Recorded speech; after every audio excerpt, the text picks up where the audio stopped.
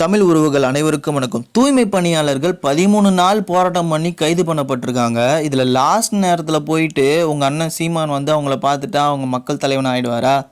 13 நாள் போராட்டம் பண்ணுறாங்க. கடைசி 3 நாளில் போய் நின்றுட்டு சீமானன்னா மக்கள் தலைவர் ஆகிடுவாரா அப்படின்ட்டு உங்களுக்கு ஒரு கேள்வி எழலாம். ஆமாம், உண்மை தானே. ஆகஸ்ட் 1ஆம் தேதி பார்த்தீங்கன்னா இங்கே தூய்மை பணியாளர்கள் தங்களுடைய வேலையை நிரந்தரம் பண்ண சொல்லியும் அவங்களுடைய வேலையை தனியாருக்கு கொடுக்கக்கூடாதுன்னு சொல்லியும் போராட்டத்தை அறிவிச்சிருந்தாங்க. போராட்டம் அறிவிச்சு ஆகஸ்ட் 1ஆம் தேதியிலேருந்து என்னடா பண்ணிட்டு இருந்தார் உங்கள் சீமான் அண்ணா அப்படின்னு நீங்கள் கேட்கலாம். ஆமாம், சீமான் அண்ணா என்ன பண்ணார் பார்க்கலாமா?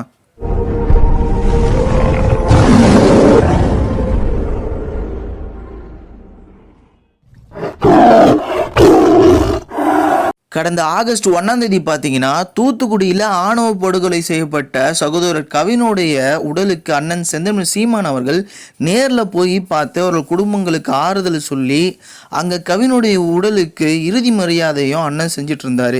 கவினுடைய உடலை நேரில் போய் பார்த்த ஒரே தலைவரும் அண்ணன் சீமான் மட்டும்தான். அதற்கு அடுத்த நாள் ஆகஸ்ட் 2ஆம் தேதி தேவேந்திர குலர் வேளார்களை பட்டியல் சமூகத்திலிருந்து வெளியேற்றுன்னு சொல்லி தேனியில் அந்த சமூக மக்களின் உரிமைக்காக அண்ணன் செந்தமிழ் சீமான் பார்த்தீங்கன்னா ஒரு மாபெரும் பொதுக்கூட்டத்தை நடத்தி போராடினார்.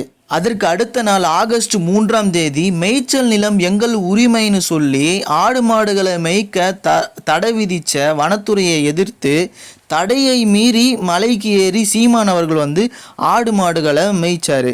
அடுத்து ஆகஸ்ட் 4ஆம் தேதி ஈழத்தமிழர்களை தவறாக சித்தரித்து இழிவுபடுத்தும் விதமாக வெளியான கிங்டம் படத்தை தமிழ்நாடு முழுக்க இருக்கிற திரையரங்குகளை முற்றுகையிட்டு நாம் தமிழர் கட்சி அதை தடுத்து நிறுத்திச்சு.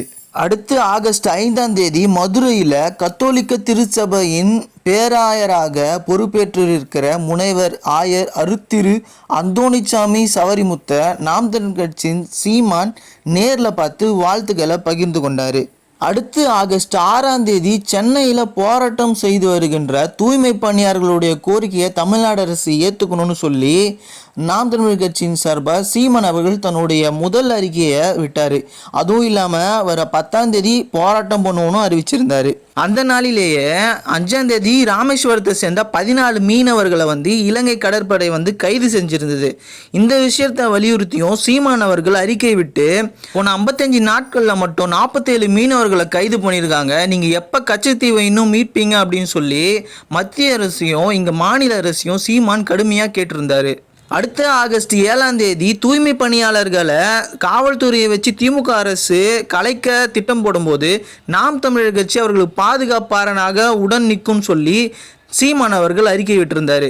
அதே ஆகஸ்ட் 7ஆம் தேதி நெசவாளர் வாழ்வுரிமை பாதுகாப்பு பொதுக்கூட்டம் என்ற ஒன்றை நடத்தி விருதுநகர் மாவட்டத்தில் நெசவாளர்கள் வாழ்வுரிமைக்காக சீமான் அவர்கள் தன்னுடைய பாதுகாப்பு உரையாற்றினார்.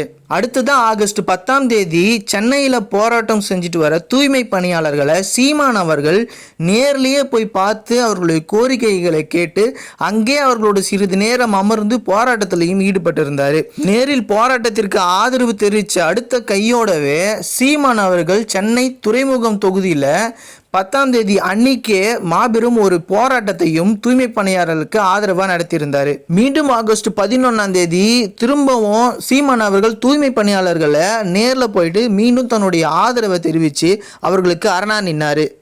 அது மட்டும் இல்லாமல் அவங்க கூடவே உட்காந்து அவர்கள் சொல்கிற எல்லா கோரிக்கைகளையும் கேட்டு அவர்களுக்கு கண்ணீர்களுக்கு எல்லாத்துக்குமே தன்னுடைய ஆறுதலை சீமான் தெரிவித்தார். அடுத்ததாக சென்னை உயர்நீதிமன்றம் போராடி வர தூய்மை பணியாளர்களை அங்கிருந்து அப்புறப்படுத்த சொல்லி தீர்ப்பு வழங்கிய போது அந்த தீர்ப்பு பெரும் ஏமாற்றத்தையும் கவலையும் அளிக்குது. போராட்டம் செய்யும் தூய்மை பணியாளர்கள் பெரும்பாலானோர் ஆதரவற்ற பெண்களாக இருப்பதை மாண்பமை நீதிமன்றம் கவனிக்க தவறியது வேதனை அளிக்கிறதுனும் தன்னுடைய ஆதங்கத்தை சீமான் வெளிப்படுத்தியிருந்தார். அன்றைய தினம் இரவே திமுக அரசு தன்னுடைய ஏவல் துறையான காவல்துறையை வைத்து அங்கு போராடி வந்த தூய்மை பணியாளர்கள் மீது ஒடுக்குமுறையை ஏவி பாரபட்சம் இல்லாமல் அவர்களை தரத்தரவன் இழுத்து சென்று கைது செய்து பல மணி நேரமாக அடைத்து வைத்திருந்தது. உடனே சீமான் அவர்கள் தூய்மை பணியாளர்கள் மீதான திமுக அரசின் கோர ஒடுக்குமுறை அரச பயங்கரவாதத்தின் உச்சம், பாசிசத்தின் வெறியாட்டம், உங்கள் அதிகார திமிரு, பதவி மமதையும் ஆணவ வெறியும் அடங்கும் நாள் வெகு தொலைவில் இல்லை ஆட்சியாளர்களே என்று கடும் கோபத்தோடு கண்டனத்தையும் பதிவு செஞ்சிருந்தாரு. அது மட்டும் இல்லாம கைது செஞ்சு அடைச்சு வச்சிருந்த தூய்மை பணியாளர்களை நேரடியாகவே சென்று அங்கே அவர்களை நலம் விசாரித்து அவர்களுக்கு ஆறுதலாகவும் ஆதரவாகவும் அரசை கண்டித்து அங்கேயே அவர்களுடன் கூட நின்றதும் சீமான் அவர்கள்தான். ஆகஸ்ட் 1ஆம் தேதி தொடங்கி ஒரு சிறு இடைவெளி கூட இல்லாமல் தொடர்ந்து அனைத்து மக்கள் பிரச்சனைகளுக்கும் கூட நின்று புரட்சிகரமாக அதற்கான போராட்டங்களையும் வெளிப்படுத்தி மக்களோடு மக்களாக நிற்கின்ற தலைவன் சீமான் மட்டும்தானே.